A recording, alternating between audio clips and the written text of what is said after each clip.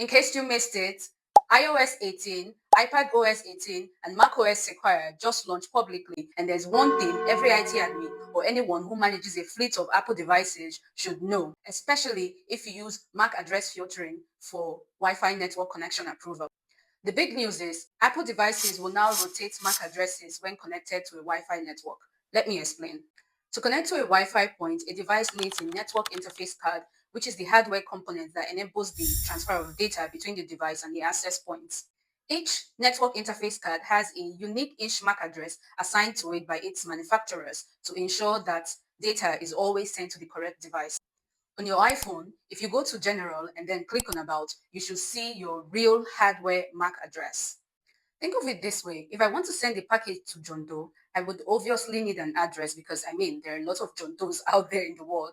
Now, the problem is always using the same MAC address allows networks to track your movement and routines over time, possibly compromising your privacy.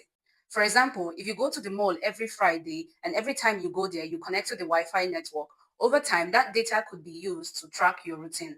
To prevent tracking, previous iOS, iPadOS, and macOS versions use MAC address randomization, generating a unique random MAC address for each Wi-Fi network. This per network MAC address, which is usually a combination of the real MAC address and the SSID of the network, remained consistent whenever a device reconnected to that specific Wi-Fi network, allowing MAC address filtering to still work while enabling privacy.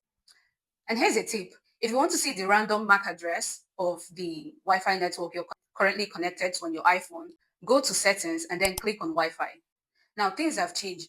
Apple devices running iOS 18, iPadOS 18, and macOS Sequoia will now rotate MAC addresses every 2 weeks, especially on networks with weak or no security. This means that MAC address filtering is now, completely useless. If MAC addresses keep rotating, filtering rules will break and cause connection issues for your users. If you also use MAC addresses for security logs, this is bad news. With rotating MAC addresses, these logs will show different addresses for the same devices at different times, and you know what that means.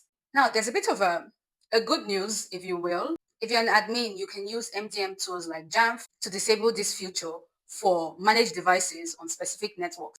But the real question is, why is anyone even still using MAC address filtering in 2024 when tools like Aerodome can be used to discover allowed MAC addresses and spoof one to gain access? Just about anyone can change their Wi-Fi MAC address on their Mac devices simply by running the ifconfig command. The deal is, if you've been using MAC address authentication, it's time to upgrade your network to WPA2 or 3 and use 802.1s EAP-TLS certificate-based authentication. I know, it can be a bit complicated to set up and there are a couple of things involved. You'll need a certificate authority, a RADIUS server, properly configured access points, and a way to distribute CA certificates and enroll clients, typically through your MDM. Now, there are several ways to do this, but I have to tell you about SmallStep. A Wi-Fi solution provides a certificate authority, a RADIUS server, and MDM integrations for seamless deployment of certificates and network profiles, ensuring that only company-managed devices can access your Wi-Fi network. How cool is that?